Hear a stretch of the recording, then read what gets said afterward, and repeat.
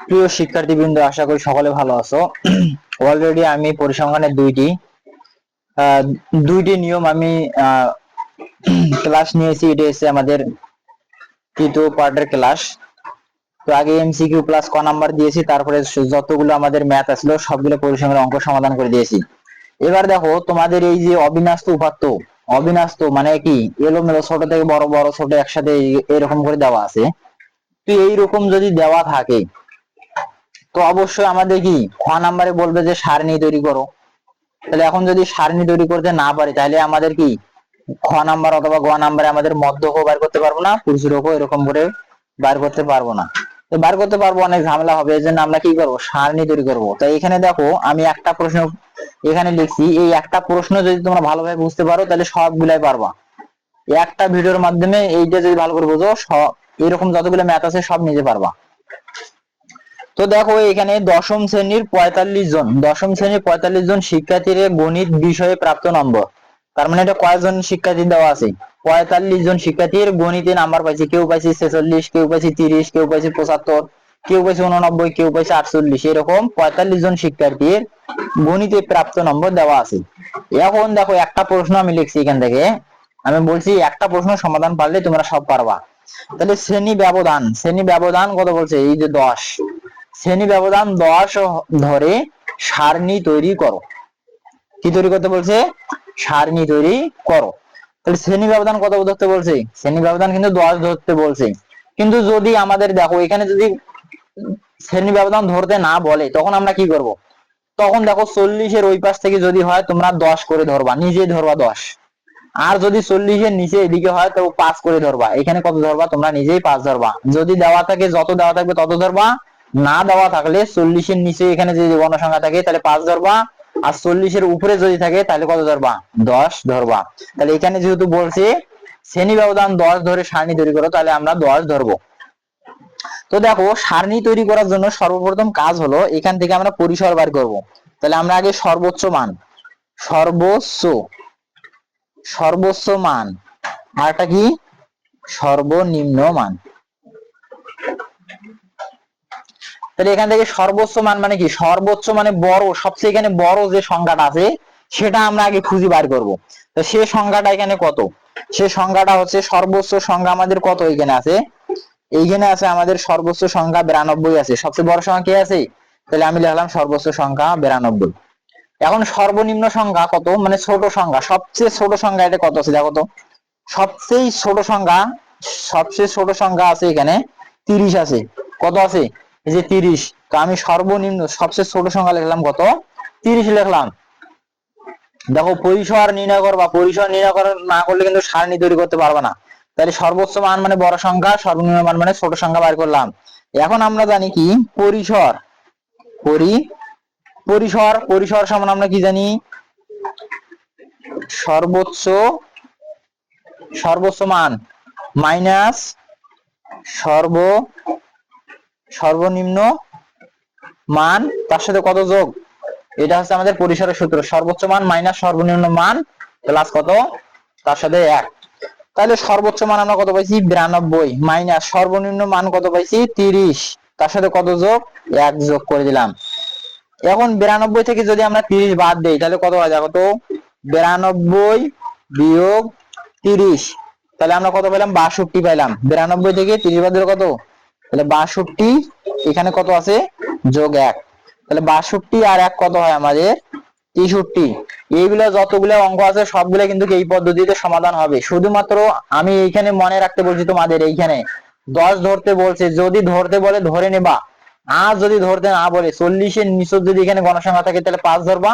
আর 40-এর উপরে থাকলে, তাহলে এখানে তুমি নিজেই 10 ধরবা, তারপরে 10 ধরে কাজ করবা। এখন দেখো, এটা আমি নির্ণয় করলাম কি, পরিসর পাইলাম। এখন এখন আমরা কি করব, শ্রেণী ব্যক্তি কত দিছে দেখো তো, শ্রেণী ব্যবধান কত দিছে, শ্রেণী ব্যবধান দিছে 10। তো আমরা লিখবো শ্রেণী, শ্রেণী কি,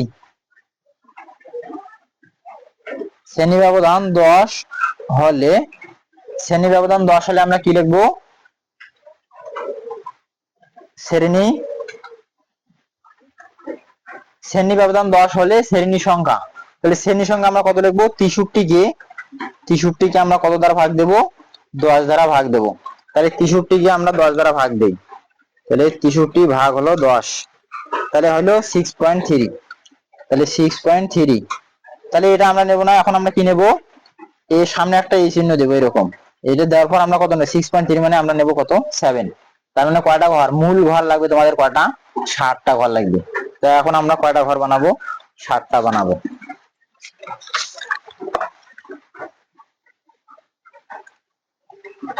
তাহলে ঘর বানাতে হবে 8টা, কিন্তু ওখানে বেরিয়েছে 60টা, কারণ একটা ঘর থাকবে আমাদের শ্রেণী ভিত্তিক গণসংখ্যা, আর একটা থাকবে আমাদের কি টালি থাকবে। তাহলে এই জন্য আমরা ঘর নেই দেখি। তাহলে 1 2 3 4 5 6 7, কটা নিলাম? 7টা। ওখানে কিন্তু নিলাম 8টা, কেন বলতো? এই জন্য 8টা নিলাম। এইখানে থাকবে আমাদের কি, এইটা লেখা থাকবে আমাদের শ্রেণী ব্যক্তি, শ্রেণী ব্যক্তি থাকলো। তারপরে আমাদের কি থাকবে? টালি, এটা টালি চিহ্ন থাকলো। তারপরে আমাদের কি থাকে? এখানে থাকবে আমাদের গণসংখ্যা, এখানে থাকবে আমাদের গণসংখ্যা।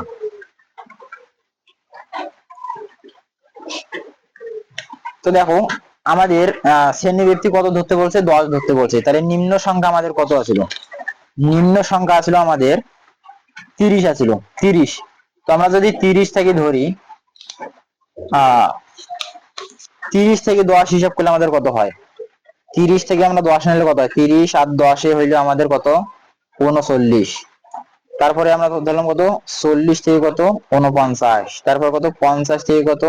59। 60 থেকে কত? 69। 77 থেকে কত? 70 থেকে 79। তারপর কত? 80 থেকে আমাদের কত? 80 থেকে 89। 90 থেকে কত? 90 থেকে হচ্ছে আমাদের 99। এটা কি? এটা হলো আমাদের কি, এই যে দেখো 10 করে, কিন্তু শ্রেণী ব্যবধান কত দিয়েছে? 10। দেখো 10 করে ব্যবধান আছে। 40 থেকে 49, 50 থেকে 59, সবগুলাতে কত ব্যবধান আছে? 10 ব্যবধান আছে। টালি চিহ্ন, এখন আমরা টালি চিহ্ন গুলো কিভাবে বসাবো? দেখো টালি চিহ্ন গুলো তোমরা এইভাবে বসাবো, আমি দুই একটা বলে দিয়েছি। দেখো প্রথমে আছে কত? 46। এই যে আমি 46 কে কাটা দিলাম, তাহলে 46 কে কাটা দেওয়া। এখন দেখো 46 কোন ঘরে আছে? 46 আমাদের দেখো 40 থেকে 49 আছে, তার মানে কি 46 আমাদের এই ঘরে আছে। তারপরে দেখো আমাদের কত আছে? তারপরে আছে দেখো 30। 30 কাটা দিলাম, 30 আমাদের কোন ঘরে আছে? 30 আছে আমাদের প্রথম ঘরে, যে 30 এখানে দিলাম। তারপরে তারপরে এখানে আছে 75। দেখো 75 কাটা দিলাম, এখন আমরা কোথায় বসাবো? 75 কই বসাবো? 77 থেকে 79 আছে, তাহলে এখানে আছে কত? 75।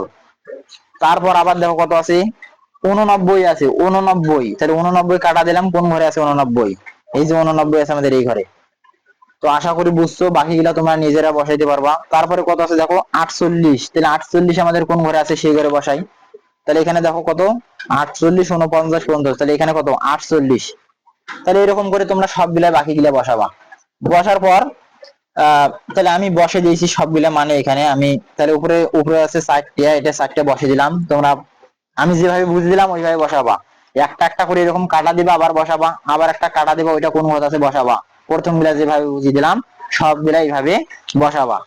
বসানোর পর দেখো আমি এখান থেকে বসে দিয়েছি, তোমাদের উত্তরটা আছে আমার।